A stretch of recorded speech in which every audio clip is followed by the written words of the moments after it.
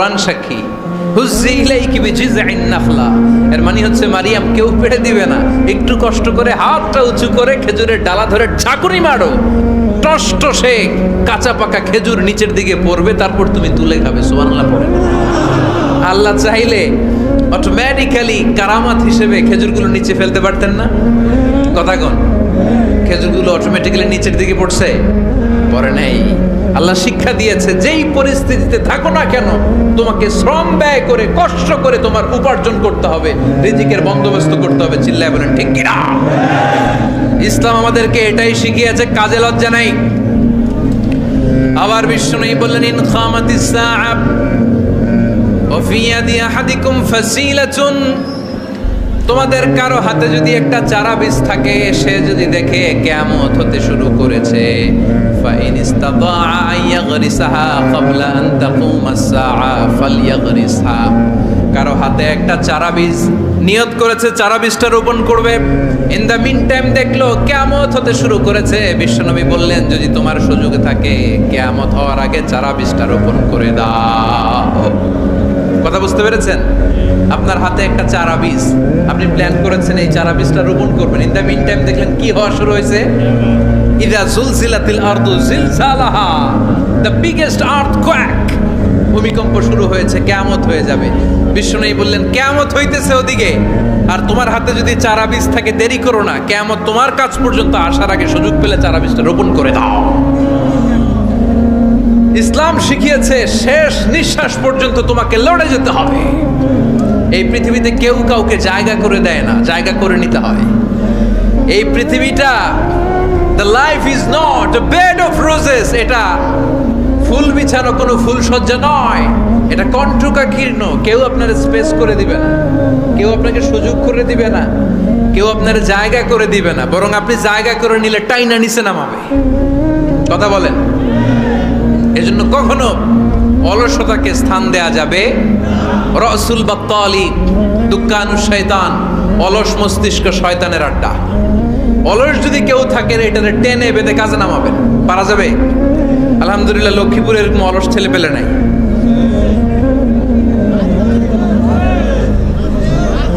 আছে? আমরা আজকে অলসতাকে নো বলে যাবো এই মাহফিল থেকে। অলসতাকে আমরা কি বলবো? আওয়াজ করে বলতে হবে। অলসতাকে কি বলবো আমরা? মুমিনের জীবনে কোনো অলসতা নাই। অলস হয় মুনাফিকরা। অলস হয় কারা? চিল্লায় বলতে হবে। মুমিনরা অলস হয়। অলস হয় কারা? এজন্য কোরআনে আল্লাহ একথাও বলে দিলেন, ওয়াইদা কামু ইলাস সালাতি কামু কুসালা ইউরাউনান নাসা ওয়ালা ইয়াযকুরুনাল্লাহা ইল্লা কালিলা। সুবহানাল্লাহ পড়েন। মুনাফিকরা যখন মানুষকে দেখানোর জন্য নামাজে যায়, ওই নামাজে তাদের ইখলাস নাই, ওই নামাজের ভেতরে তাদের কোনো খুশু খুদু নাই, ওই নামাজের ভেতরে আছে শুধু অলসতা। ওই নামাজে কি আছে? কিন্তু আমরা যখন নামাজে যাই আমাদের অলসতা আছে? আমরা নামাজ পড়লে আমাদের হৃদয়টারে সজীব করে দেয় কে? আমরা উযু করলে আমাদের মনটাকে চাঙ্গা করে দেয় কে? আমরা মসজিদে ঢুকলে হৃদয়টাকে প্রাণবন্ত করে দেয় কে? মুমিন উযু করলে চাঙ্গা হয়। বিষ্ণু ঈসা ইসলাম বললেন, ইয়াকিদু শাইতানু আলা কাফিয়াতি রাসি আহাদিকুম ইদা নাম। খেয়াল করে শুনবেন লক্ষ্মীপুরের ভাইয়েরা, চমৎকার একটা হাদিস। আমরা যখন ঘুমোতে যাই, শয়তান আমাদের প্রত্যেকের মাথার পিছনে 3টা অলসতার গিট মারে। কয়টা? আওয়াজ করে বলেন। 3টা অলসতার গিট মারে। ইয়াকিদু শাইতানু আলা কাফিয়াতি রাসি আহাদিকুম সালাসা উকাব। 3টা গিট মারে যখন আমরা ঘুমোতে যাই। অলসতার 3টা গিট মেরে আমাদের কানের সামনে এসে ফিসফিস করে মন্ত্র পড়তে থাকে, আলাইসা লাইলুন তাওয়িলুন ফারকুদ, আলাইসা লাইলুন তাওয়িলুন ফারকুদ। বিশাল লম্বা রাত, ঘুমাও। অনেক সময় আছে, ঘুমাও। রাত 5টা বেজে যাচ্ছে, তাহাজ্জুদের সময় শেষ হয়ে যাচ্ছে, তখনও শয়তান বলে রাত অনেক লম্বা, ঘুমাও। ফজরের সময় পার হয়ে যাচ্ছে, সূর্য উঠে যাচ্ছে, শয়তান বলে আলাইসা লাইলুন তাওয়িলুন ফারকুদ, এখনো অনেক সময় আছে, লম্বা লম্বা লম্বা চৌড়া রাত পড়ে আছে, তুমি ঘুমাও। বিশ্বনবী বললেন ফাইনিস্তাইকাযা ওয়া যাকারাল্লাহ ইনহাল্লাত উকদা। আমার উম্মতের কেউ যখন ঘুম থেকে জেগে ঘুম থেকে ওঠার দোয়া পড়া শুরু করে দেয়, অলসতার প্রথম গিটটা সাথে সাথে খুলে দেয় কে? আপনি ঘুম থেকে উঠেই যখন ঘুম থেকে ওঠার দোয়া পড়বেন, আপনার অলসতার প্রথম গিট খুলে দেয় কে? ঘুম থেকে ওঠার দোয়াটা কি? আলহামদুলিল্লাহিল্লাযী আহিয়ানা বা'দামা আমাতানা ওয়া ইলাইহিন নুশুর। প্রশংসা সে আল্লাহ, যে আল্লাহ আমাদেরকে লম্বা একটা ঘুম শেষে, মৃত্যু শেষে আমাদেরকে ঘুম থেকে উঠালেন। এই দোয়াটা পড়ার সাথে সাথে শয়তান যে 3টা গিট মারছে, ওই 3টার একটা খুলে দেয় কে? ফাইন তাওয়াদ্দা ইনহাল্লাত উকদা। ঘুম থেকে জেগে ঘুমের দোয়া পড়ার পরে যখন কেউ ওযু করে ফেলে, অলসতার দ্বিতীয় গিটটাও খুলে দেয় কে? ওযু করার পরে ফাইন সাল্লাত ইনহাল্লাত উকদা। নামাজের মুসল্লায় দাঁড়িয়ে যখন নামাজ শুরু করে দেয়, অলসতার 3 নাম্বার গিটটাও খুলে দেয় কে? 3টা গিট যখন খুলে দেয়, বিষ্ণু ইসলাম বললেন ফাসবাহা নাশীতাল কলব। নাশীত, তখন মুমিন বান্দা সজীব হয়ে ওঠে, প্রাণবন্ত হয়ে ওঠে, উচ্ছ্বসিত হয়ে ওঠে। ওয়া ইল্লা খাবিসান নাফসি কাসলান। আর যদি ঘুমিয়ে থাকে, 3টা গিট তার মাথার পেছনে শয়তানের অলসতার লেগে থাকে, তাহলে তার দিনটা শুরু হয় অলসতা দিয়ে, আর সে হয় অলসতার রাজা। চিল্লায় এখন ঠিক কিনা? এজন্য আমরা কি অলস হতে চাই না কর্মঠ হতে চাই? কোন নবীরা কি অলস ছিলেন? পৃথিবীতে কোন নবী অলস ছিলেন? সব নবী কর্মঠ ছিলেন। বিষ্ণু ইসলাম বললেন মা বাআসাল্লাহু নাবিয়্যান ইল্লা রাআল গানাম। এই পৃথিবীতে এমন কোন নবী নাই যেই নবী বকরি চড়ায় নাই। কি চড়ায় নাই? বকরিরে আপনারা লক্ষ্মীপুরের ভাষায় কি বলেন? কি বলেন? ছাগল। তো পৃথিবীতে এমন কোন নবী নাই যেই নবী কি চড়ায় নাই? ছাগল চড়ায় নাই। সাহাবারা বললেন ইয়া রাসূলুল্লাহ আনতা কাযালিক? আপনিও ছাগল চড়াইছেন? বিষ্ণু ইসলাম বললেন না, আমিও ছাগল চড়িয়েছি। ওয়া ইন্নী আরআহা আলা কারারিতি আহলি মক্কা। আমি তো মক্কাবাসীদের অল্প কিছু পয়সার বিনিময়ে তাদের ছাগলগুলোকে চড়িয়ে দিতাম। সুবহানাল্লাহ পড়বেন না? বিষ্ণু ইসলাম ছাগল চড়াতেন। ছাগল চড়ানো সহজ কাজ না কঠিন কাজ? কেন কঠিন এটা? হ্যাঁ, টেরা খুঁটি মারে। হ্যাঁ, কি করে? বসে থাকতে হয়। তো ছাগল যারা পালে তারা জানে ছাগল পালা কত কষ্ট। ওরে ডানে টান দিলেও কই যায়, রশি ধরে বায়ে টান দিলে কই যায়, সামনে টানলে কই যায়, পিছনে টানলে কই যায়। সারা সপ্তাহ আপনি সময় পান না এটারে গোসল করাবেন। ভাবলেন আজকে জুমার দিন আমিও গোসল করি, এটারে গোসল করাই। এটারে আপনি পুকুর ঘাটে নিবেন, টান দিয়েছেন, ওর বাপের কিরা ও 1 ইঞ্চিও সামনে যাবে না। ঠিক কি না? এই টেরা প্রাণী আল্লাহর কি কি মহিমা! আল্লাহ তাআলা পৃথিবীর সবচেয়ে শ্রেষ্ঠতম মানুষদেরকে ছাগল চড়িয়ে ছেড়েছেন। ঠিক কি না? মা বাআসাল্লাহু নাবিয়্যান ইল্লা রাআল গানাম। এই পৃথিবীতে এমন কোন নবী ছিল না যে নবীরা ছাগল চড়ায় নাই। আল্লাহ বুঝাতে চাইলেন ছাগল চড়ানো অনেক কষ্টের কাজ, অনেক ধৈর্যের প্রয়োজন। এখন নবীরা তোমরা ছাগল চড়াও, কিছুদিন পর ছাগলের চেয়েও টেরা জাতি মানুষ চড়াইতে হবে। মানুষের মধ্যেও টেরা আছে না নাই? ভালো বললে ভালোটা বুঝে না, ডানে যেতে গেলে বায়ে যায়, বায়ে যেতে বললে ডাইনে যায়, এরকম আছে না নাই? সম্মানিত ভাইয়েরা, সমস্ত আম্বিয়া আলাইহিমুস সালাম ওনারা কর্মঠ ছিলেন। সাইয়েদনা আদম আলাইহিস সালাম নিজ হাতে চারা গাছ রোপণ করে চাষাবাদের কাজ করেছেন। সুবহানাল্লাহ পড়েন।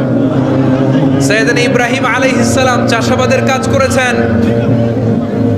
সাইয়েদনা দাউদ আলাইহিস সালাম নিজ হাতে যুদ্ধের জন্য যে পোশাক পরতে হয়, যেটা পরলে গায়ের মধ্যে ছুরি মারলেও ঢুকে না, ওই শিরস্ত্রাণ বানিয়েছেন, নিজ হাতে তলোয়ার বানিয়েছেন। সুবহানাল্লাহ পড়েন।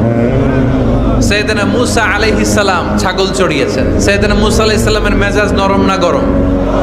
নবীদের মধ্যে সবচেয়ে বেশি মেজাজওয়ালা নবী ছিলেন মূসা আলাইহিস সালাম। উনিও 8 থেকে 10 বছর সাইয়েদনা শুআয়ব আলাইহিস সালামের এরিয়াতে ছাগল চড়িয়েছেন। চিল্লায় বলেন সুবহানাল্লাহ। এজন্য নবীরা যেহেতু কাজ করেছেন, কর্মঠ ছিলেন, আমরাও কর্মঠ হব। ঠিক কিনা? সাহাবারাও কর্মঠ ছিলেন। বিশ্বনবীর সাহাবারাও ব্যবসা করতেন। সাইয়েদনা আবু বকরের বিশাল ব্যবসা প্রতিষ্ঠান ছিল। সুবহানাল্লাহ পড়েন। আপনারা হজ উমরা করেছেন কে কে দেখি? করছেন? মাশাআল্লাহ, যারা করে নাই আল্লাহ তাদেরকেও আল্লাহর ঘর জিয়ারতের তুমি নসিব করো। বিশ্বনবীর মাকবারার সামনে দাঁড়িয়ে আমরা যেন সালাম পেশ করতে পারি, তুমি নসিব করো।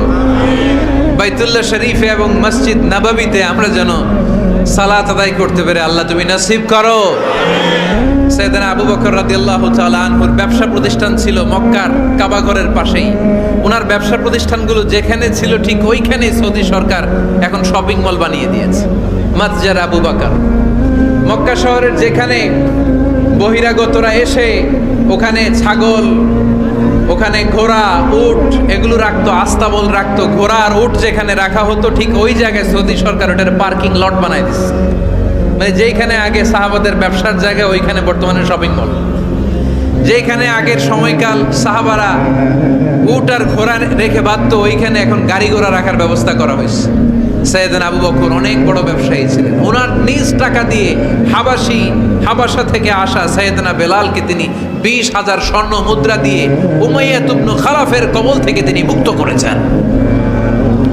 সাইয়েদনা উসমান যুন্নুরাইন বড় ব্যবসায়ী ছিলেন। নিজের টাকা দিয়ে মদিনার মুসলমানেরা পানি খেতে পারে না, বিইরে রুমা নামে একটা কুয়া ছিল, এই কুয়ার মালিক ছিল ইহুদি। মুসলমানেরা পানি খেতে গেলে এসে বকা দিত, পানি খেতে দিত না।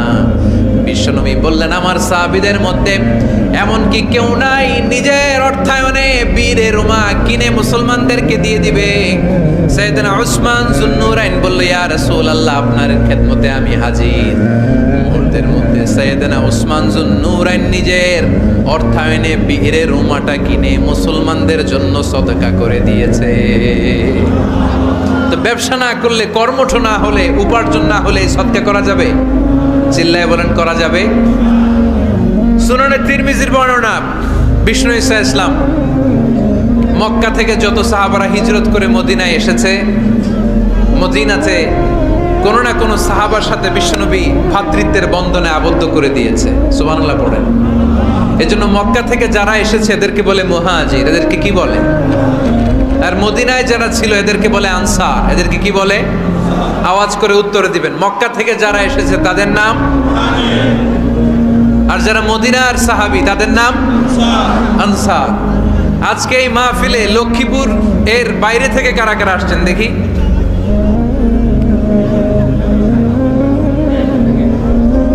মাশাআল্লাহ, মাশাআল্লাহ, অনেক আসছে।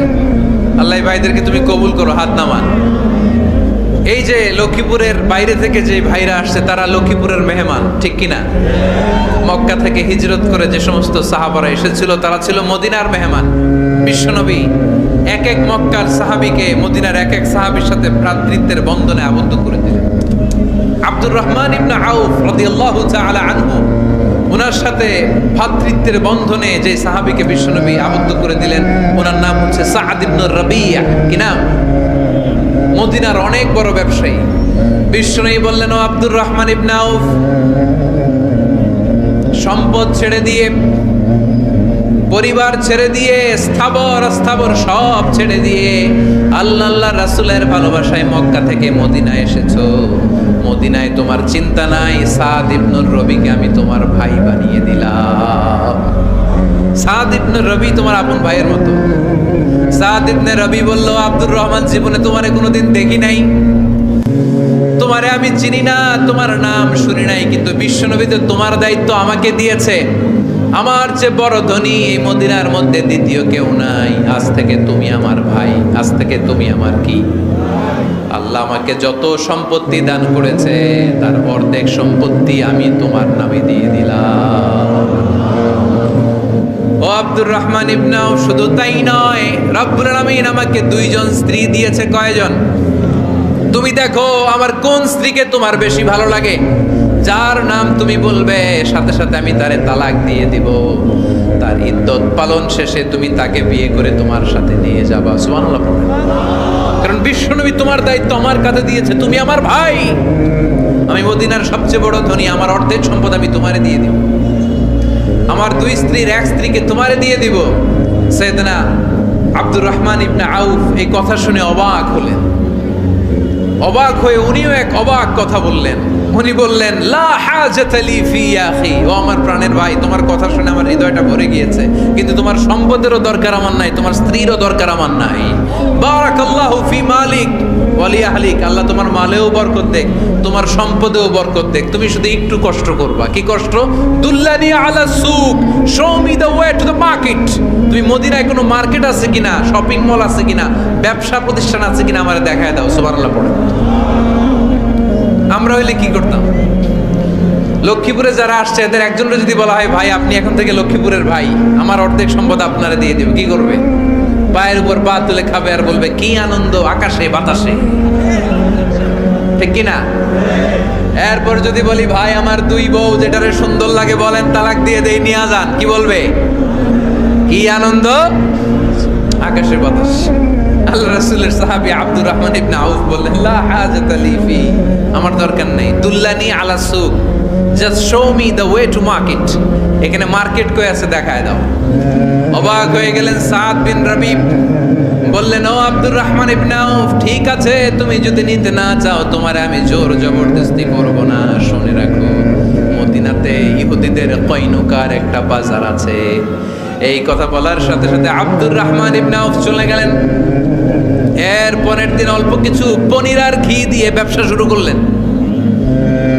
পনির আর ঘিয়ের ব্যবসা করতে করতে করতে করতে ব্যবসায় তিনি এত লাভ করলেন, উনি বললেন, আমি যদি কখনো মদিনার বালুর মধ্যে হাত দিতাম, ওই বালুটারও সোনা বানায় দিত কে? দুল্লানি আলা সুক। লক্ষ্মীপুরের কর্মঠ যুবক ভাইয়েরা, এই আব্দুর রহমান ইবনে আউফ আমাদের প্রেরণা। উনি অন্যের ঘাড়ে পাড়া দিয়ে খেতে চায় নাই, আরেকজনের উপর ডিপেন্ডেন্ট বা নির্ভরশীল হতে চায় নাই। তিনি স্বাবলম্বী হওয়ার শিক্ষা, লেসেন কিয়ামত পর্যন্ত গোটা বিশ্বের যুবকদের জন্য রেখে গিয়েছে। চিল্লায় বলো ঠিক কিনা? দুল্লানি আলা সুক, show me the way to market. Market কোথায় দেখাও। পনির আর ঘি নিয়ে ব্যবসা করতে করতে কয়েক মাসের ব্যবধানে ইতিহাস সাক্ষী, সাইয়েদনা আব্দুর রহমান ইবনে আউফ মদিনার বিশাল বড় বিজনেস ম্যাগনেটে পরিণত হয়ে গেলেন। চিল্লায় পড়েন আল্লাহু আকবার। এজন্য ব্যবসার ভিতরে বরকত ঢুকিয়ে দিয়েছে কে? বিষ্ণুই বললেন, আত-তাজিরা সাদুকাল আমিন মা'আন নাবিয়্যিন ওয়াস সিদ্দীকিন ওয়াস শুহাদা'i ওয়াস সালিহিন। আমানতদার ব্যবসায়ী তারা সাধারণ কোনো মানুষ নয়, কিয়ামতের দিন নবীদের সাথে হাসর হয়ে যাবে। আপনারা যারা ব্যবসা করেন, এটা সাধারণ বিষয় নয়। বিষ্ণু ইসলাম নিজেও ব্যবসায়ী ছিলেন। ওনার জীবনের প্রথমে তিনি খাদিজা রাদিয়াল্লাহু তাআলা আনহার ব্যবসার স্টাফ হয়ে কাজ শুরু করেছেন, এরপর নিজে ব্যবসা শুরু করেছেন। এরপরে খাদিজাতুল কুবরা রাদিয়াল্লাহু তাআলা আনহা সব সম্পত্তি বিয়ের পরে বিশ্বনবীর পায়ের সামনে ঢেলে দিয়েছেন। বললেন, ইয়া রাসূলুল্লাহ, এই সম্পদ আমি আপনাকে দিয়ে দিলাম, আপনি ইচ্ছামতো দিনের প্রয়োজনে খরচ করেন। সুবহানাল্লাহ পড়েন। এজন্য বিষ্ণু ইসলাম আমাদের জন্য উপমা, আব্দুর রহমান ইবনে আউফ আমাদের জন্য উপমা। যারা ব্যবসা করেন তারা বিষ্ণু ইসলামের সুন্নাহ পালন করছেন। আত-তাজির আস-সাদুক আল আমিন। বিষ্ণুই বললেন, সত্যবাদী আমানতদার ব্যবসায়ী, যে ব্যবসা করতে যে মিথ্যা কথা বলে না। অনেক ব্যবসায়ীরা আছে পণ্য চালানোর জন্য মিথ্যা কথা বলে আর কসম কাটে, আছে না নাই? আহা, এমনটা করা যাবে? সকালবেলা স্ত্রীরে বলে, এই গরুগুলা বিক্রি করবো, তুই একটা দাম কত কমো? স্ত্রীরে শিখাই দিচ্ছে, এই গরুর দাম তুই 40,000। তো বউ বলে, ঠিক আছে, দাম কইলাম 40,000। তো এরপরে বাজারে যখন গরু বিক্রি করতে যায়, একজন যখন বলে যে, ভাই এটা 30,000 টাকা দিয়ে কিনবো, কয়, ভাই আল্লাহর কসম, সকালে একজন 40,000 দাম কইছে, আমি দেই নাই। আছে না নাই? কৌশল করে। বউরে শিখাইছে সকালে, কয় তুই দাম কর 40,000। তো বাজারে যে সকালে একজন দাম করছে, দাম করে কইছে 40,000 দেই নাই, আপনার 30,000 কেমনে দেই? এরকম ডাকাইতে আছে না নাই? আলহামদুলিল্লাহ, লক্ষ্মীপুরে এরকম লোকজন নাই। আরে নাই, আমি কই নাই, এরা কই আছে। লক্ষ্মীপুরের মানুষ খুব ধার্মিক, আমি জানি। লক্ষ্মীপুর, নোয়াখালী, ফেনী, এই বেল্টের লোকজন খুব আল্লাহওয়ালা। এদের মধ্যে আল্লাহওয়ালার সংখ্যা বেশি। এখানে আলেম ওলামা বেশি, এখানে মসজিদ মাদ্রাসা বেশি। এই জন্য এই জেলাগুলোতে আল্লাহর রহমতও বেশি। আল্লাহ তুমি এই জেলার ছেলেপেলাদেরকে, এই জেলার লোকদেরকে তুমি কবুল করো, মা বোনদেরকে তুমি কবুল করো।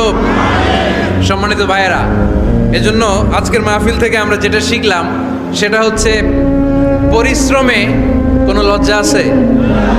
আমরা কাজ করে খাবো, ঠিক কিনা? Never underestimate any job. যুবক ভাইয়েরা, লক্ষ্মীপুরের যুবক ছেলেরা শুনতেছ? এরকম আওয়াজ করতে হবে, কান খাড়া করে শুনো। Never underestimate any job. কোনো চাকরিকে ছোট করে দেখা যাবে, whether it small or big, you don't care. এটার কেয়ার করা যাবে না। ছোট্ট চাকরি পাইলেই ঢুকে যাবা, বড় অফার আসলে পরে ঢুকবা। এটা ছোট কাজ, এটা হোটেলের ওয়েটার, এটা ছোট্ট স্টাফ, এটা কেরানি না। কাজ কাজই, কাজের মধ্যে কোনো ছোট বড় নাই। খেটে খাওয়া মানুষকে বিশ্বনবী অনেক সম্মান করতেন। বিষ্ণু ঈসা ইসলাম খেটে খাওয়া মানুষদেরকে এত ভালোবাসতেন, বিদায় হজের মতো এত গুরুত্বপূর্ণ ভাষণও এই মেহনতি মানুষদের কথা বাদ যায়নি। সুবহানাল্লাহ পড়বেন না? দিনটা ছিল জুমাবার। বিষ্ণু ঈসা ইসলাম আরাফাতের ময়দানে দাঁড়িয়ে ঐতিহাসিক একটা ভাষণ দিলেন। এই ভাষণের নাম হলো বিদায় হজের ভাষণ। এই বিদায় হজের ভাষণেও খেটে খাওয়া মানুষের কথা বিশ্বনবী বাদ দেয় না। বিশ্বনবী বলেছেন, আরিক্কাকুম আরিক্কাকুম, খবরদার অধীনস্থ কর্মচারীদের সাথে খারাপ আচরণ করো না। আতঈমুহুম মিম্মা তাকুলুন ওয়াকসুহুম মিম্মা তালবিসুন। খবরদার মনে রেখো, তোমরা যা খাবে তোমাদের অধীনস্থ কর্মচারীদেরও তা খাওয়াবে, তোমরা যা পড়বে তাদেরও তা পড়াবে। বিশ্বনবী শেষ নিঃশ্বাস ত্যাগ করে যাওয়ার আগে যেই কয়েকটা কথা বলেছিলেন তার মধ্যে মেহনতি মানুষদের জন্য কথা আছে না নাই? বিষ্ণু ঈসা ইসলাম যখন শেষ নিঃশ্বাস ত্যাগ করবেন তিনি বলেছিলেন, আসসালাত আসসালাত, উম্মতেরা নামাজ নামাজ নামাজ ছেড়ে দিও না, নামাজ তরক করো না, নামাজ কাজা করো না। আর বলেছিলেন, ওমা মালাকাত আইমানুকুম, অধীনস্থ কর্মচারীদের সাথে খবরদার খারাপ আচরণ করো না। যারা কর্মচারীদের সাথে খারাপ আচরণ করে, যারা মানুষের কাছ থেকে শ্রম নিয়ে কাজ করিয়ে টাকা দেয় না, কিয়ামতের দিন তাদের বিরুদ্ধে মামলা দায়ের করবে কে? কে করবে?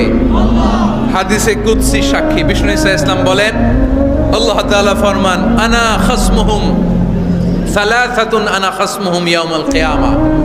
তিন শ্রেণীর ব্যক্তির বিরুদ্ধে আল্লাহ বলেন, আমি নিজেই কিয়ামতের দিন মামলা দায়ের করব।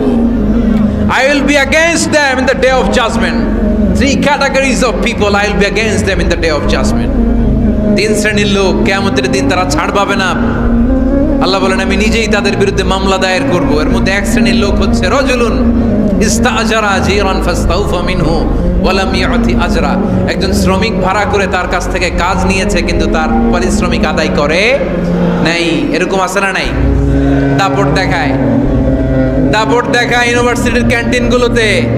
ইউনিভার্সিটির ক্যান্টিনে যে খায় মাগার বিল দেয় না, এরকম টাকায় আছে না নাই? চায়ের দোকানে চা খেয়ে পরে দিমু, বিল দেয় না, আছে না নাই? দোকানে যে পণ্য কিনে বিল দেয় না, পরে দিমু, আছে না নাই? কিয়ামতের দিন আল্লাহ তোর এই মাস্তানি ছুটাবে, চিল্লা এখন ঠিক কিনা? আনা খাসমুহুম, আমি নিজেই তাদের বিরুদ্ধে মামলা দায়ের করব। কথাটা কার? এজন্য বিশ্বনবী বললেন, খবরদার মেহনতি মানুষ, খেটে খাওয়া মানুষ, এদের দোয়া কবুল হয়ে যায়। আতুল আজিরা আজরাহু ক্বাবলা আন ইয়াজিফা আরাকুহু। খবরদার বিশ্বনবী বললেন, শ্রমিকের ঘাম শুকিয়ে যাওয়ার আগে তাদের পারিশ্রমিক মিটিয়ে দাও।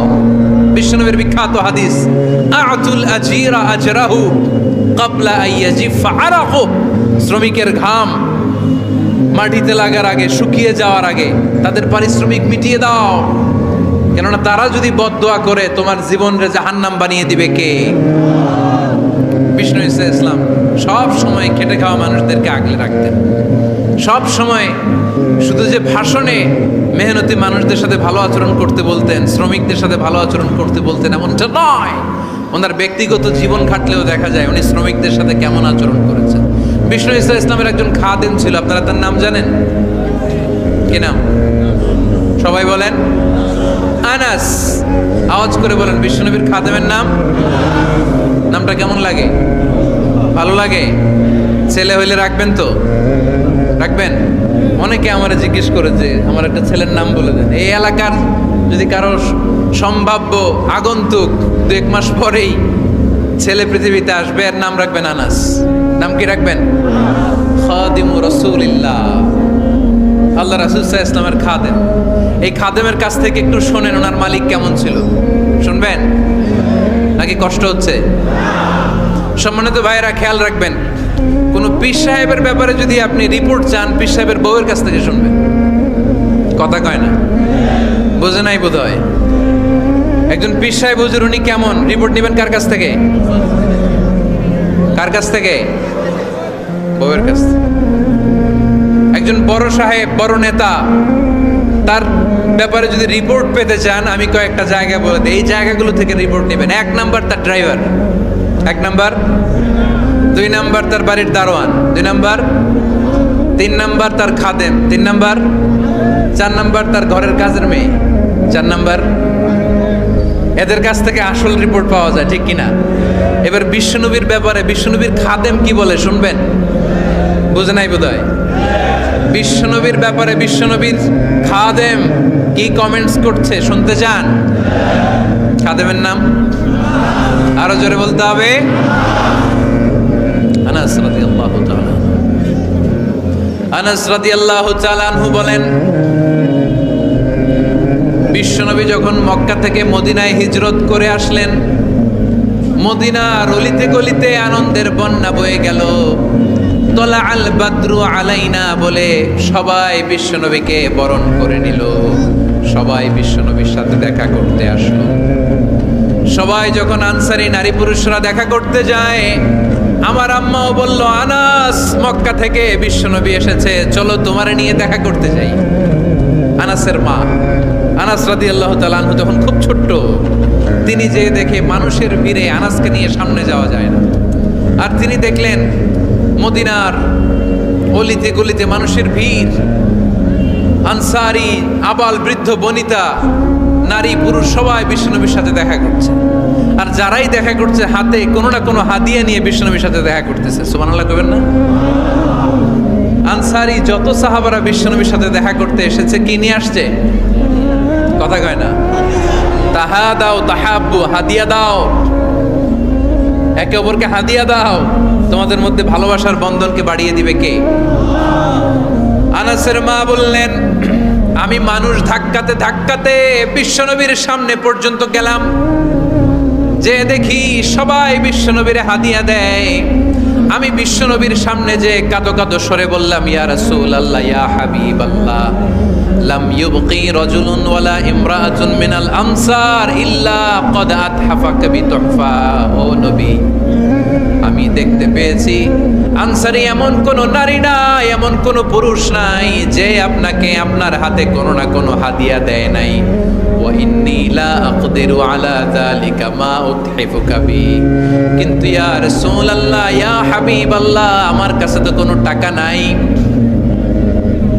আমার কাছে কোনো পয়সা নাই, আমার ঘরে এমন কোনো জিনিস নাই যেই জিনিসটা আমি আপনারে হাদিয়া দেব। ইল্লা ইবনি হাদা, আমার এই নার ছেঁড়া ধন কলিজার টুকরা সন্তান আনাস ছাড়া।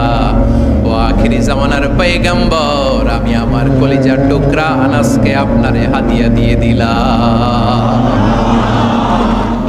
ইয়া রাসূলুল্লাহ, মদিনার আনসারী এমন কোন নারী পুরুষ কেউ তো বাকি নাই যে আপনাকে হাদিয়া দেয় নাই, সবাই তো হাদিয়া দিল, কিন্তু আমি তো হাদিয়া দেওয়ার মতো আমার কাছে কিছু নাই। আপনারা কি হাদিস থেকে নেয়া এই গল্পটা বুঝতে পেরেছেন? কথাটা শুনতেছিলেন? আনাস রাদিয়াল্লাহু তাআলা আনহুর মা বললেন, ইয়া রাসূলুল্লাহ, আনসারী এমন কোন নারী নাই, এমন কোন পুরুষ নাই যে আপনারা হাদিয়া দেয় নাই, কিন্তু আমার তো হাদিয়া দেওয়ার মতো কিছু নাই আমার এই কলিজার টুকরা আনাস ছাড়া। কি আর আমি করব? আমার কলিজার টুকরা আনাসকে আমি আপনার দরবারে হাদিয়া দিয়ে দিলাম। ইয়া রাসূলুল্লাহ, আমার ছেলেটারই আপনারা হাদিয়া দিলাম। খুদ হাদা ইয়াখদুমু কামা বাদালাক, আপনার যেই কাজ লাগবে, যেই খেদমতের প্রয়োজন আপনার এই খেদমত করবে। ও নবী, আমি জানি আনাস আপনার বেশি খেদমত করতে পারবে না, আনাস আপনার মেসওয়াক এনে দিবে, অজুর পানি এনে দিবে, জুব্বা লাগলে জুব্বাটা এনে দিবে, ছোটখাটো কাজ করে আপনারে সাহায্য করবে। আমার কলিজার টুকরা সন্তানকে চিরকালের জন্য আমি আপনারে হাদিয়া দিয়ে দিলাম। আনাস রাদিয়াল্লাহু তাআলা আনহু বর্ণনা করছেন, আমি দাঁড়িয়ে দাঁড়িয়ে শুনছি আমার আম্মা বলছে আমি নাকি বিশ্বনবীর জন্য হাদিয়া। সুবহানাল্লাহ পড়েন। এবার খেদমত শুরু করলো সাইয়েদনা আনাস। ছোট্ট মানুষ কি আর করবে, কতটুকু খেদমত আর করতে পারবে? বিশ্বনবীর মেসওয়াকটা এনে দেয়। সুবহানাল্লাহ পড়েন। বিশ্বনবীর আতরের শিশিটা এনে দেয়, বিশ্বনবীর জাইতুনের তেলের বোতলটা আগিয়ে দেয়, বিশ্বনবীর জামাটা প্রয়োজনে বিশ্বনবীর হাতে এনে দেয়। সাইয়েদনা আনাস বলেন, আমি 1 বছর নয়, 2 বছর নয়, 5 বছর নয়, 7 বছর নয়, 10 বছর বিশ্বনবীর খেদমত করেছি। ফামা দরাবানি, 10 বছরে একদিনও তিনি আমারে মারে নাই। সুবহানাল্লাহ।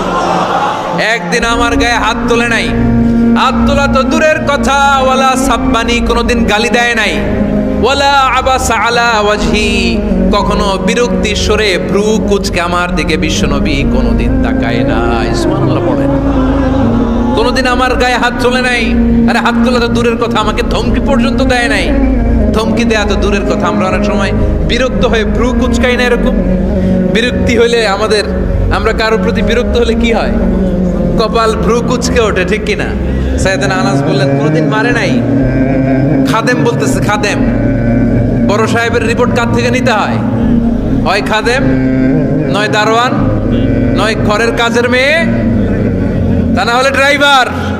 বিশ্বনবীর খাদেম বিশ্বনবীর ব্যাপারে কি কমেন্ট করছে? মা সাব্বানি ওয়ালা জারাবানি ওয়ালা আবাসা ফি ওয়াজহি। এই 10 বছরের খেদমতের জিন্দেগিতে কোনোদিন বিশ্বনবী আমারে মারে নাই, গায়ে হাত তোলে নাই। আরে হাত তোলা তো দূরের কথা, একটা ধমকও দেয় নাই। আরে ধমক দেয়া তো দূরের কথা, বিরক্তির সুরে ভ্রু কুঁচকে আমার দিকে কখনো তিনি তাকায় নাই। চিল্লায় বলো সুবহানাল্লাহ। আর আজকে মাইক পেলে মানবতা, মানবাধিকারের কর্মী কি সুন্দর কথা বলে, উইমেন রাইটস এর কথা বলে, শিশু শ্রম নিয়ে কথা বলে, আর বাড়িতে কাজের মেয়ের গায়ের মধ্যে খুন্তি, গরম খুন্তি পিঠের মধ্যে লাগিয়ে পিঠ ঝলসিয়ে দেয়। এরকম আছে না নাই? পত্রপত্রিকায় প্রায় দেখা যায় যে কাজের মেয়েদেরকে কি অত্যাচার করে। খুন্তি গরম করে করে চামড়ার মধ্যে লাগিয়ে স্কিন ঝলসে ফেলেছে, গ্রিলের মধ্যে বেঁধে রেখেছে, সময় মতো খাবার দেয় নাই, পিটিয়ে মাথার চুল কামিয়ে মাথা নেড়া করে দিয়েছে। এরকম আছে না নাই? এরা মানবাধিকারের ঠিকাদার, এরা মানবাধিকারের কথা বলে। আর বিশ্বনবী ইসলামের খাদেম বিশ্বনবীর ব্যাপারে বলেছে কোনোদিন মাইর তো দূরের কথা, হাত তোলা তো দূরের কথা, আরে ধমক দেওয়া তো দূরের কথা, বিরক্তির চেহারা নিয়েও কোনোদিন বিশ্বনবী আমার দিকে তাকায় নাই। চিল্লায় পড়েন সুবহানাল্লাহ। বিশ্বনবী একবার সাইয়েদনা আনাস রাদিয়াল্লাহু তাআলা আনহুকে একটা ছোট্ট জিনিস আনতে পাঠালেন। সাইয়েদনা আনাস রাদিয়াল্লাহু তাআলা আনহু জিনিসটা আনতে যে মদিনার অলিতে গলিতে বাচ্চাদের খেলা দেখে জিনিস আনতে ভুলে খেলায় দাঁড়িয়ে গেলেন। ছোট্ট মানুষ, ছোট্ট একটা বাচ্চা যদি আমার সাথে নেই, সে কি আমার প্রয়োজন বুঝবে? আমার সেন্টিমেন্ট যেরকম, বাচ্চা কি ওটা টের পাবে? ছোট্ট আনাসকে বললেন আমার জুব্বা নিয়ে আসো। বিষ্ণু ইসলাম শাম দেশের জুব্বা পড়তেন, বলতেন জুব্বা নিয়ে এসো। জুব্বা আনতে যখন বেরোলেন আনাস রাদিয়াল্লাহু তাআলা আনহু, দেখলেন মদিনার অলিতে গলিতে বাচ্চারা কুতকুত খেলে। কি খেলে? আপনারা খেলেন? তো এই খেলা দেখে আনাস রাদিয়াল্লাহু তাআলা আনহু ভুলে গেলেন যে বিশ্বনবীর জামা আনতে হবে। উনি ভুলে যে উনিও দাঁড়িয়ে খেলা দেখতে শুরু করলেন। এখন ঘন্টার পর ঘন্টা যায়, আনাসও আসে না, জামাও আসে না। বিশ্বনবী ভাবলেন হায়রে আনাস মনে হয় ভুলে গিয়েছে, কি আর করা যাই, নিজের জামা নিজেই নিয়ে আসে। বিশ্বনবী বের হলেন জামা আনতে, বের হয়েই দেখে মদিনার গলিতে বাচ্চারা খেলতেছে, ওইদিকে আনাস রাদিয়াল্লাহু আনহু দাঁড়ানো। বিষ্ণু ইসলাম কিছু বললেন না, যে উনিও আনাস রাদিয়াল্লাহু তাআলা আনহুর পাশে দাঁড়িয়ে খেলা দেখতে আরম্ভ করলেন। সুবহানাল্লাহ পড়বেন না? সাইয়েদনা আনাস খেলা দেখতে দেখতে হঠাৎ বিশ্বনবীর দিকে চোখ পড়ে গেছে। বিশ্বনবীর চোখের দেখে যখন সাইয়েদনা আনাস রাদিয়াল্লাহু তাআলা আনহুর চোখ পড়ে গেছে, সাইয়েদনা আনাস বলে আমার কলিজাটা এখান থেকে এই দিকে চলে আসছে। ভয়ে, কিসে? ভয়ে। উনি বললেন আমার গলা শুকিয়ে যেতে আরম্ভ করলো, কাঁপতে লাগলাম। হায় হায়, এখন আমার মনে পড়ছে বিশ্বনবীর জামা আনতে পাঠাইছিল, ভুলে গেছে খেলার আবেশে পড়ে। উনি বললেন বিশ্বনবী আমারে ধমক দেন নাই, আমার গায়ে হাত তোলেন নাই, জামানতে পাঠাইছি, এখানে খেলা দেখতেছো, এটাও বলেন নাই, বিরক্তিও প্রকাশ করেন নাই। বিশ্বনবী শুধু একটা হাসি দিয়েছেন, স্মাইল। কি দিয়েছেন? একটা মুচকি হাসি দিয়েছেন। কি হাসি? সাইয়েদনা আনাস বলে, ওই যে ওই দিনের বিশ্বনবীর মুচকি হাসির শাসন মরার আগের দিন পর্যন্ত আমি আনাসকে সোজা রাস্তায় রেখেছি, আর ডানে বায়ে নেয় নাই। শাসন করতে জানলে লাঠি লাগে না, শাসন করতে জানলে ধমক লাগে না, শাসন করতে জানলে পিট্টি দেয়া লাগে না। মুচকি হাসি দিয়েও শাসন করা যায় কি যায় না? সাইয়েদনা আনাস বললেন, কোনোদিন মারে নাই, কোনোদিন ধমক দেয় নাই, সব সময় আমাকে আদর করেছে। চিল্লায় পড়েন সুবহানাল্লাহ। এজন্য সব সময় বিষ্ণু ইসা ইসলাম শ্রমিকদেরকে ভালোবাসতেন। শ্রমে কোনো লজ্জা নাই, লজ্জা হচ্ছে অলসতায়। আজ থেকে এই মাহফিল, এই এত বড় আয়োজন, এত বড় গ্যাদারিং তখনই সার্থক হবে যখন আমরা এই সিদ্ধান্তে আসতে পারবো যে আমরা অলস সময় কাটাবো না, আমরা আমাদের এই সময়গুলোকে প্রোডাক্টিভ ওয়েতে কাজে লাগাবো, কোনো না কোনো কাজের সাথে জড়িত হব। Never underestimate any job, whether it's big or small, বড় হোক বা ছোট হোক, কোনো কাজকে আমরা ছোট করে দেখবো না। যে কোনো কাজ করো না ভাই, যে কোনো কাজ করো, তা যেন হয় সবার চেয়ে সবচেয়ে সুন্দর। আমাদের অবসর সময়গুলোকে কাজে লাগানোর দরকার আছে না নাই? আমরা নিজেদেরকে কর্মঠ করে, কর্মজীবী হিসেবে, শ্রমজীবী হিসেবে নিজেদেরকে প্রতিষ্ঠিত করতে চাই। রাজি আছো মুসলমান? লক্ষ্মীপুরের যুবক ছেলেরা আওয়াজ করে বলো, পারা যাবে? লজ্জা কিসে? লজ্জা কিসে? অনেকে টাঙ্কি মারে এদিক সেদিক করে, আর বলে আমার আব্বা চেয়ারম্যান। আরে তোর আব্বা চেয়ারম্যান, তুই কি? আমার আব্বা MP, member of the parliament. আরে তোর বাবা এমপি, এটা তো তার গৌরব, তোর কি আছে সেটা বল। এজন্য নিজের পায়ে দাঁড়াবো। অলসতার সাথে আমাদের কোনো সম্পর্ক। আজকের এই মাহফিল থেকে আমরা অলসতা, অকর্মণ্যতাকে নো বলে দিলাম। অলসতাকে আমরা কি বললাম? আরো জোরে বলতে হবে, অলসতাকে কি বলবো?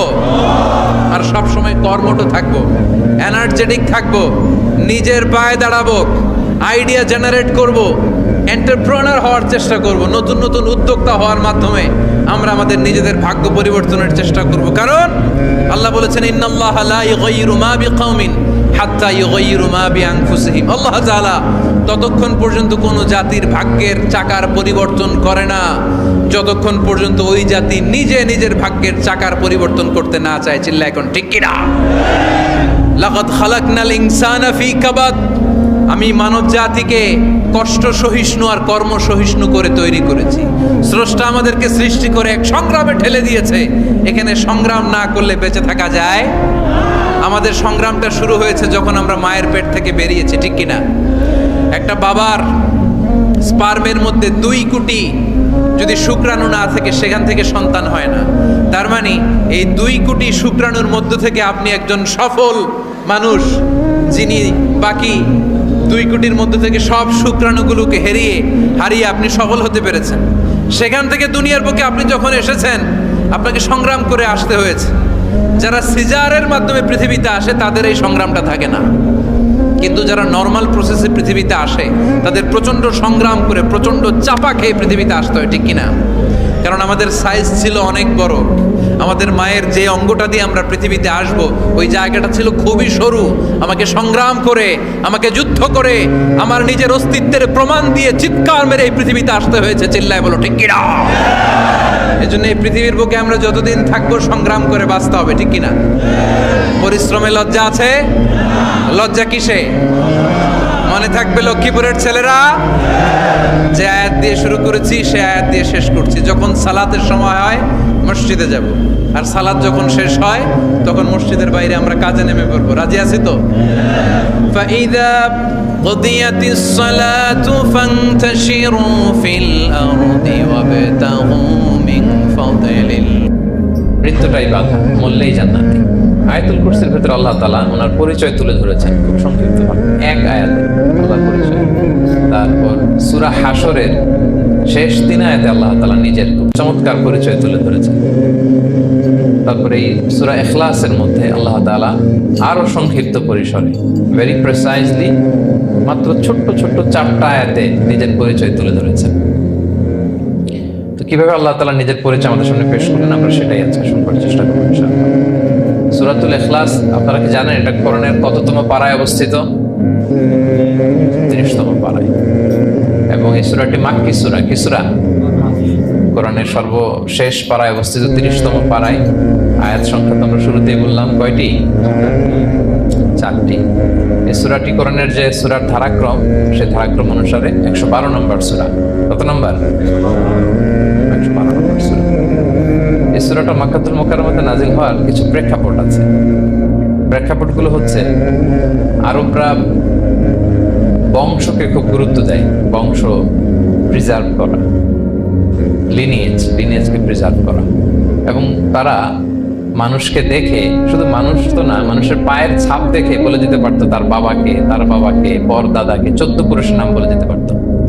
শুধু মানুষই না, তারা উটের পায়ের ছাপ দেখে, উটের পায়ের, মরুভূমির বালুতে উটের পায়ের ছাপ দেখে ওই উট কোন বংশের, ওই বংশের ওর নাম কি, ওর বাবার নাম কি, ওর দাদার নাম কি, 14 পুরুষ এরকম ছিল।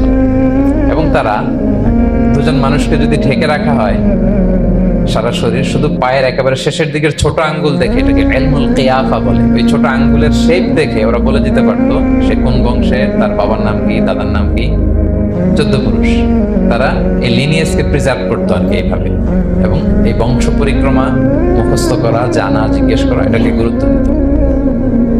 তো তারা আল্লাহকেও আমাদের মতো এরকম একজন সত্তা ভেবে আল্লাহ হাবিব সাল্লাল্লাহু আলাইহি ওয়াসাল্লামকে জিজ্ঞেস করতেছে যে, ইদান খালাকাল্লাহু কুল্লা শাই ফামান খালাকাল্লাহ। মুহাম্মদ, তুমি তো বলো যে আল্লাহ নাকি সব সৃষ্টি করেছে, তো আল্লাহকে কে সৃষ্টি করেছে? অথবা বলো যে আল্লাহর বাবাকে, আল্লাহর দাদাকে, আল্লাহর পরদাদাকে, আল্লাহর বংশটা বলো।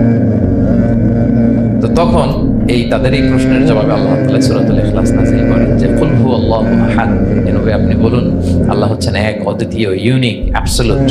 আল্লাহুস সামাদ, তিনি হচ্ছেন সামাদ, তিনি কারো প্রতি নির্ভরশীল নন, অমুখাপেক্ষী। লাম ইয়ালিদ ওয়া লাম ইউলাদ, তিনি কাউকে জন্ম দেনও নাই, আবার তিনি কারো কাছ থেকে জন্ম নেনও নাই। ওয়া লাম ইয়াকুল লাহু কুফুয়ান আহাদ, তার সমকক্ষ, তার মতো, তার সিমিলার মহাবিশ্বে দ্বিতীয় কেউ নাই। সুবহানাল্লাহ। এটা হচ্ছে শানে নুজুল, কোন প্রেক্ষাপটে নাজিল হয়েছে, এটা হচ্ছে একটা বর্ণনা। আরেক বর্ণনা এসছে, মক্কার মুশরিকরা জিজ্ঞেস করতে আরম্ভ করলো, ইয়া মুহাম্মদ, আমরা জানি মানুষ মাটির তৈরি, ফেরেশতারা নূরের তৈরি, মানে আলোর তৈরি, এরপর জিনেরা আগুনের তৈরি, আল্লাহ কিসের তৈরি? আল্লাহ তাআলার বাইয়িন লানা জিনসা রাব্বিক, তোমার আল্লাহর জিন্স বর্ণনা করো, সে কোত্থেকে আসছে, কি দিয়ে, কোন জিন্স থেকে, মানে কোন জিনিস থেকে তৈরি? তখন আল্লাহ তাআলা এই সূরাটা নাযিল করলেন, কুল হুয়াল্লাহু আহাদ আল্লাহুস সামাদ লাম ইয়ালিদ ওয়া লাম ইউলাদ ওয়া লাম ইয়াকুল লাহু কুফুয়ান আহাদ। এইভাবে অনেকগুলো বর্ণনা পাওয়া যায় যে এরকম প্রেক্ষাপটে যখন রাসূল সাল্লাল্লাহু আলাইহি ওয়াসাল্লাম তারা এই সমস্ত প্রশ্ন জিজ্ঞেস করে, তখন তাদের প্রশ্নের জবাব স্বরূপ আল্লাহ তাআলা 4 আয়াত বিশিষ্ট এই সূরাটি নাযিল করেন। তাহলে সূরার কোন প্রেক্ষাপটে, কোন সিচুয়েশনে সূরাটা নাযিল হলো, এটা সবার কাছে ক্লিয়ার না এখন? এই সূরার কিছু ফজিলত পাওয়া যায়। আপনারা তো সূরার নাম শুনেছেন সূরাতুল ইখলাস। ইখলাস শব্দের অর্থ হচ্ছে সিনসিয়ারিটি, আন্তরিকতা বা একনিষ্ঠতা। যেহেতু এই সূরায় একনিষ্ঠতার সাথে আল্লাহর তাওহীদের ঘোষণা দেওয়া হয়, এজন্য এই সূরার নাম হচ্ছে সূরাতুল ইখলাস। আবার এই সূরাকে সূরাতুত তাওহীদও বলে, যেহেতু আল্লাহর একত্ববাদের ঘোষণা এই সূরায় দেওয়া হচ্ছে, ওয়াননেস অফ গড। আবার এই সূরার একটা নাম হচ্ছে সূরাতুল মারিফা, যেহেতু এই সূরা মারিফা মানে জানা বা চেনা, যেহেতু এই সূরা পড়ার মধ্য দিয়ে আল্লাহর পরিচয় জানা যায়, আল্লাহকে চেনা যায়, এই জন্য সূরার নাম সূরাতুল মারিফা। আচ্ছা, এই সূরার অনেক ফজিলত আছে, অনেক ফজিলত। আমরা কয়েকটা ফজিলত আপনাদের সামনে শেয়ার করব ইনশাআল্লাহ। এই সূরার 1 নম্বর ফজিলত হচ্ছে রাসূল সাল্লাল্লাহু আলাইহি ওয়াসাল্লাম বিভিন্ন সুন্নত নামাজের দ্বিতীয় রাকাতে এই সূরাটা পড়তেন। যেমন ফজরের 2 রাকাত সুন্নত আছে না, ফজরের 2 রাকাত সুন্নতের দ্বিতীয় রাকাতে রাসূল সাল্লাল্লাহু আলাইহি ওয়াসাল্লাম এটা পড়তেন। প্রথম রাকাতে সূরা কাফিরুন, দ্বিতীয় রাকাতে সূরা ইখলাস এটা পড়তেন। মাগরিবের নামাজের যে সুন্নাত, সেই সুন্নাতেরও দ্বিতীয় রাকাতে আল্লাহর হাবিব সাল্লাল্লাহু আলাইহি ওয়াসাল্লাম এই সূরাটা পড়তেন। তাওয়াফ করার পরে 2 রাকাত নামাজ পড়তে হয়, জানেন? ওই 2 রাকাত নামাজে রাসূল সাল্লাল্লাহু আলাইহি ওয়াসাল্লাম প্রথম রাকাতে সূরাতুল কাফিরুন, দ্বিতীয় রাকাতে সূরাতুল ইখলাস পড়তেন। বিতিরের সালাতের শেষ রাকাতে আল্লাহর হাবিব সাল্লাল্লাহু আলাইহি ওয়াসাল্লাম সূরাতুল ইখলাস পড়তেন। এইভাবে অনেকগুলো হাসান হাদিস আছে। তাহলে কখন কখন সূরাতুল ইখলাস পড়তেন রাসূল সাল্লাল্লাহু আলাইহি ওয়াসাল্লাম কোন নামাজে? ক্লিয়ার না? ফজরের 2 রাকাত সুন্নত নামাজের শেষের রাকাতে, মাগরিবের 2 রাকাত সুন্নত নামাজের শেষের রাকাতে, তাওয়াফের পরে যে 2 রাকাত পড়তে হয় শেষের রাকাতে, বিতরের সালাতের শেষ রাকাতে। এই সূরাটাকে আল্লাহর হাবিব সাল্লাল্লাহু আলাইহি ওয়াসাল্লাম সুলুসুল কোরআন বলেছেন, 1/3 অফ দ্য কিতাব। কোরআনের 3 ভাগের 1 ভাগ। সূরাতুল ইখলাস তা'দিলু সুলুসাল কোরআন। সূরা ইখলাস হচ্ছে কোরআনের 3 ভাগের 1 ভাগ। তার মানে আপনি যদি একবার সূরা ইখলাস পড়েন, কয় পারা তেলাওয়াতের সওয়াব? 2 বার পড়লে, 3 বার পড়লে, 3 বার পড়লে 1 খতম কোরআনের সওয়াব। আলহামদুলিল্লাহ। কেউ কেউ বলেন যেহেতু আল্লাহর একত্ববাদের কথাবার্তা কোরআনে 1/3 মানে 1/3 জুড়ে আছে, সেহেতু সূরাতুল ইখলাস সুলুসুল কোরআন মানে হচ্ছে যে কোরআনের 3 ভাগের 1 ভাগে আল্লাহ যা নিয়ে কথা বলেছে সূরাতুল ইখলাসের ভিতরেই সেটা সংক্ষেপে চলে আসছে। এজন্য এটাকে বলা হয় 1/3 অফ দ্য বুক, কোরআনের 3 ভাগের 1 ভাগ। এটার আরেকটা, এই হাদিসটা মুতাওয়াতির হাদিস। সূরাতুল ইখলাস তা'দিলু সুলুসাল কোরআন, এটা এমন সংখ্যক, বেশি বেশি সংখ্যক সাহাবী প্রতিটি জেনারেশনে বর্ণনা করেছে, সাহাবী, তাবি, তাবি, তাবি। এই হাদিসের ব্যাপারে কোনো ডাউট তৈরি হয় না, কোনো সাসপিশন তৈরি হয় না। খুবই ভ্যালিড হাদিসটা, যেটা কোরআনের 3 ভাগের 1 ভাগ। আচ্ছা, আল্লাহর হাবিব সাল্লাল্লাহু আলাইহি ওয়াসাল্লাম আরেকটা হাদিসে এসেছে, এক সাহাবীকে কুবা পল্লীতে ইমাম করে পাঠিয়েছেন। মদিনা মসজিদে নববীর পাশে একটা মসজিদ আছে, মসজিদে কুবা, সেই মসজিদের ইমাম করে এক সাহাবীকে পাঠিয়েছেন। ওই সাহাবীর একটা অভ্যাস ছিল, উনি প্রত্যেক রাকাতে সূরা ফাতিহার পরেই আগে সূরা ইখলাস পড়তেন। ধরেন প্রথম রাকাতে সূরা ফাতিহার পরে ইখলাস, এরপর একটা সূরা পড়তেন। দ্বিতীয় রাকাতে সূরা ফাতিহার পরে আবার সূরা ইখলাস, এরপর একটা সূরা পড়তেন। ধরেন যে জুমার নামাজ 2 রাকাত, উনি ফাতিহার পরে প্রথমে কোন সূরাটা পড়ে নিতেন, এরপরে অন্য যে কোনো একটা সূরা। দ্বিতীয় রাকাতে সূরা ফাতিহার পরে কোন সূরাটা প্রথমে পড়ে নিতেন, ইখলাসের। এইটাই ওনার স্বভাব। প্রত্যেক নামাজে যদি কোনো ইমাম সাহেব শুধু সূরা ইখলাস পড়ে, একটু খারাপ লাগবে না আমাদের? ওনার মুসল্লিদেরও তাই লেগেছে। ওনারা জিজ্ঞেস করলেন, তুমি এটা কেন করো? এরকম না করে স্বাভাবিকভাবে পড়ো। উনি বললেন, না, আমি এভাবেই পড়বো, আমি যেভাবে পড়তেছি এইভাবেই পড়ো, পড়লে পড়ো, না হলে তোমাদের হিসাব তোমাদের।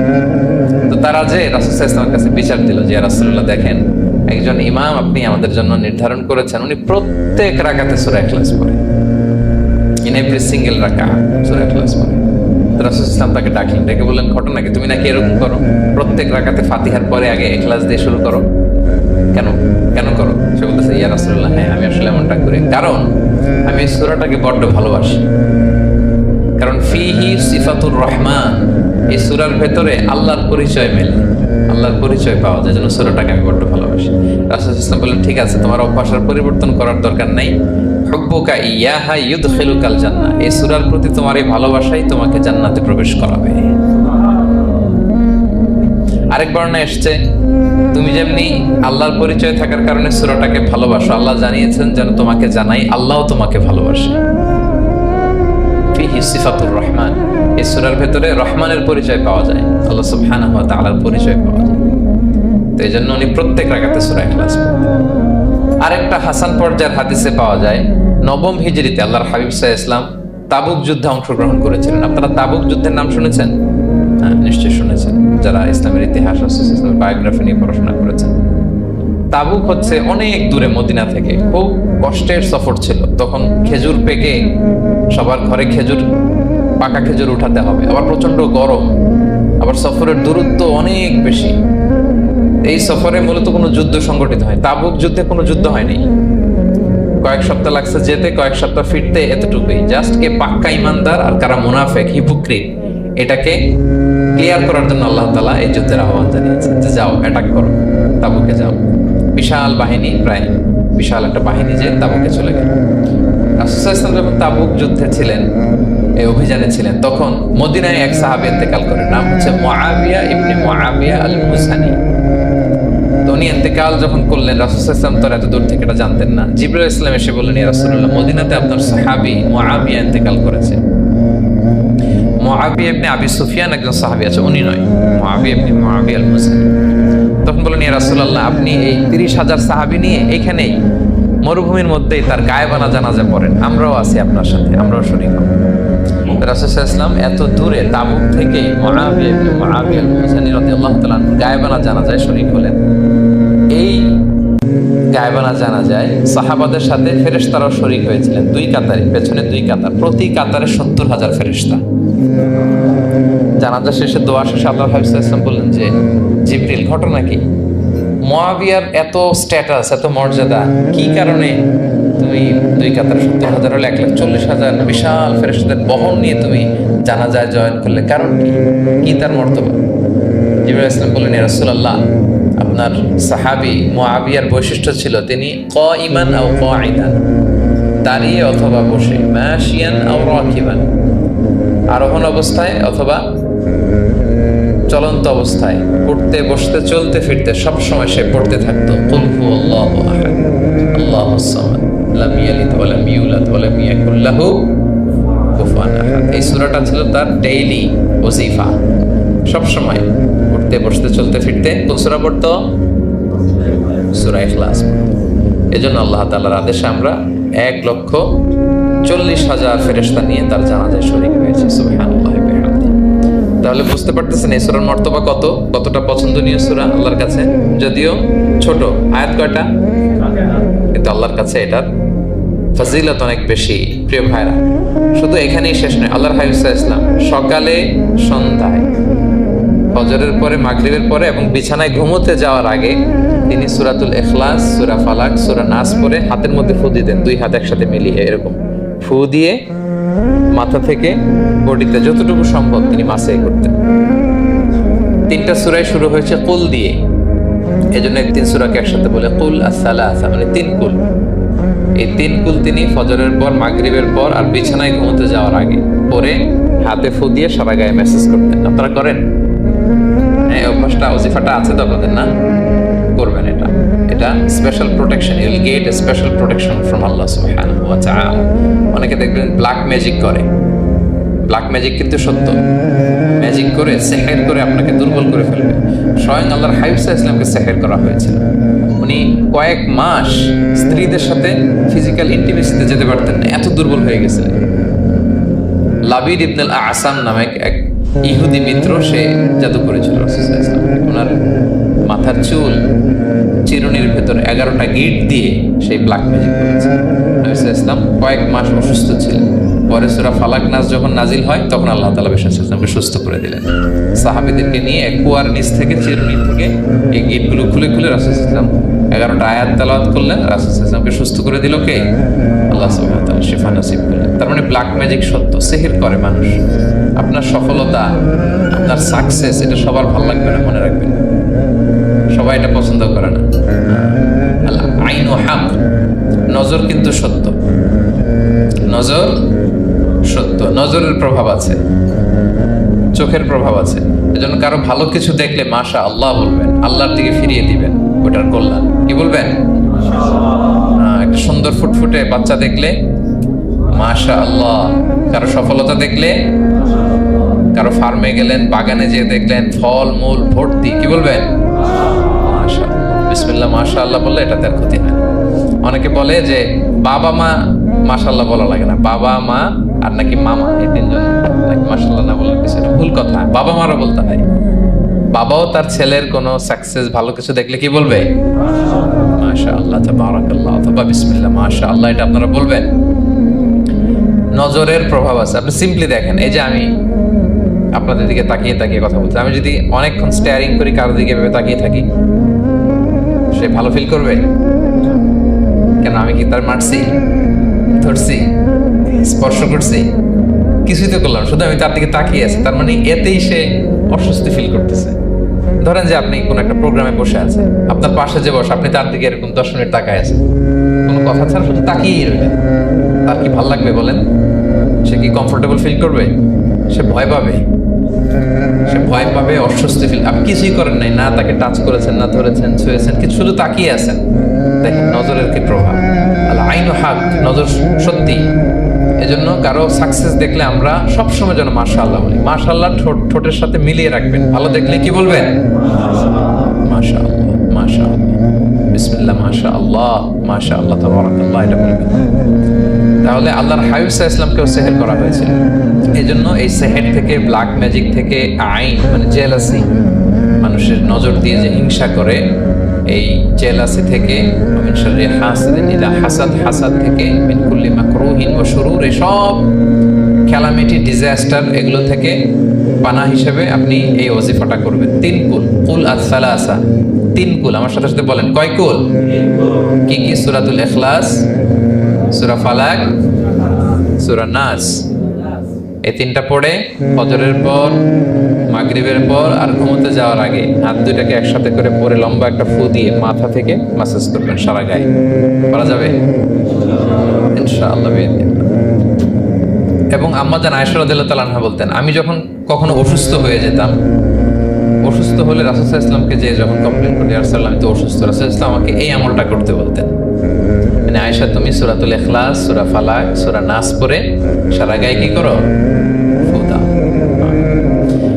আলী রাদিয়াল্লাহু তাআলা আনহু বর্ণনা করেন, আল্লাহর হাবিব সাল্লাল্লাহু আলাইহি ওয়াসাল্লাম একবার নামাজ পড়তেছেন, নামাজে তিনি সিজদারত অবস্থায়, ইন দ্য মিন টাইম লাদাগাতহুল আকরা, একটা বিচ্ছু রাসূল সাল্লাল্লাহু আলাইহি ওয়াসাল্লামের আঙ্গুলে কামড় দিল। বিচ্ছুর কামড় খাইছেন? হ্যাঁ, কেমন লাগে? খুব আরাম লাগে? খুব যন্ত্রণা হয়, অনেক যন্ত্রণা হয়।